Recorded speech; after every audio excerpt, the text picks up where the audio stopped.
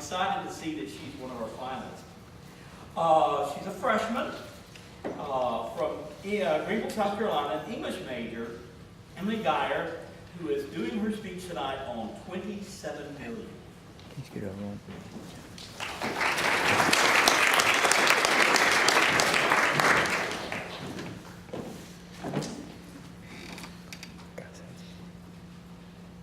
January 1st, 1863, President Abraham Lincoln signed the Emancipation Proclamation. This was the executive order that began the freeing of the Confederate slaves in the American South.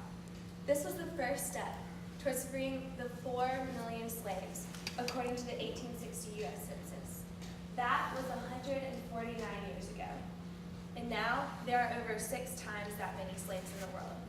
Today, April 25th, 2012, there are more slaves than there have ever been at any point in history.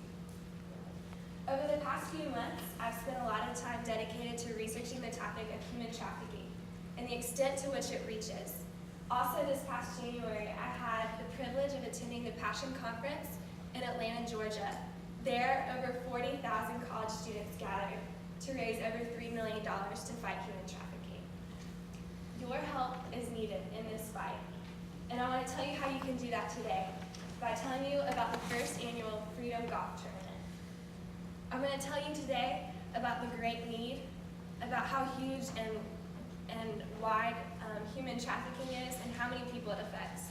I want to tell you what students here at Clemson are doing about it, and then finally what you can do to get involved with it.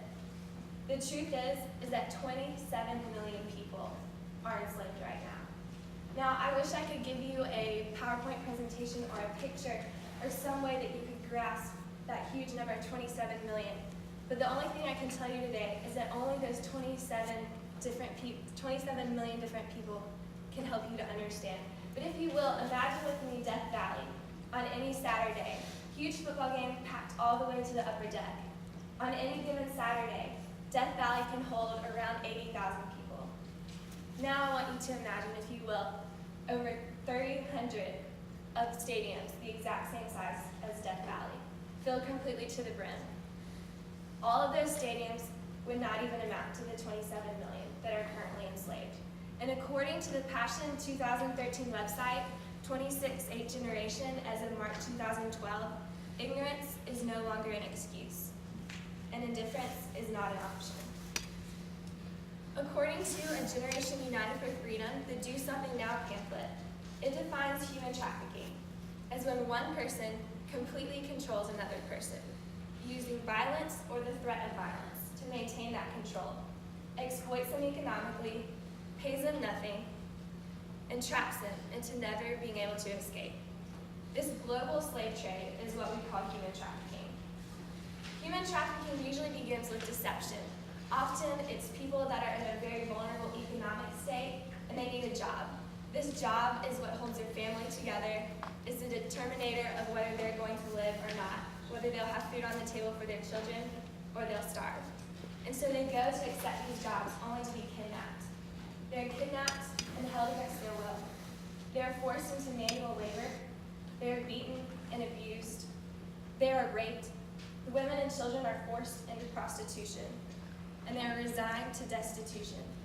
This is dehumanization in every definition of the word. Now, it's not just limited to women and children and those that we might think are more vulnerable, but to all ages, all genders, and all regions. According to Volume 28, Issue 2 of the European Journal of Political Economy, published in 2008, the United States has an alarmingly high inflow of human trafficking. Even nearby cities such as Easley, Greenville, Columbia, and Atlanta are hubs for human sex trafficking.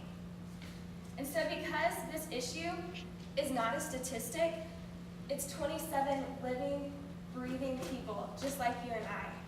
It's real, it's not hypothetical. And so because it is, our response must also be real and not hypothetical. There are many organizations today that are doing things about this huge problem, some of which are Tiny Hands, A21, Hagar Ministries, and the one I want to talk to you today about, which is International Justice Mission. The International Justice Mission is an extremely well-established international group, and they focus on human rights and using collaborative casework to work with their lawyers, to work with governments in these countries where there are traffickers. They work to find these traffickers, to prosecute them, to put them behind bars, and to enforce what we know is right.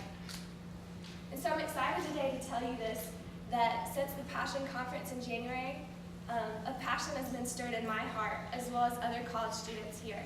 And we want to tell you today about the first annual Freedom Golf Tournament. It's happening this fall. It's going to be October 15th, and it's going to be at Willow Creek Golf Club in Greenville, South Carolina. And if you play in this tournament, it's going to be a great day of golf. By taking part of this golf tournament, you are a part of ending modern-day slavery. We're going to have great prizes. There are prizes for first place, second place, closest to the pin, longest drive, and lots of other raffle prizes. It's a beautiful golf course. If you know a little bit about golf, you might know who Tom Jackson is. He is a renowned golf course designer that designed the course, and so we're very excited about that. Also, lunch will be provided, and it's a beautiful place, so we're looking forward to a great day. Even bigger than just a great day to not go to work, not go to class. Well, actually, it'll be during fall break, so you won't have to. It is also, most of all, going to be going towards something that is much bigger than you.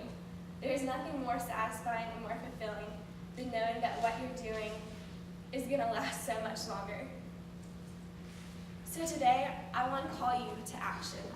I want to ask you to get involved with the Freedom Golf Tournament. To play, we have discounts for college students to help us to get the word out, even if that means just telling someone about it. Also, there are opportunities for corporate sponsorships. So now that I've told you today about the need, about the tournament, and what you can do about it, I'd like to close with a quote by the Nobel Peace Prize winner in 1964, Martin Luther King Jr. According to the Nobel Prize website, he said, "Right, temporarily defeated, is stronger than evil triumphant." And that is where we are right now.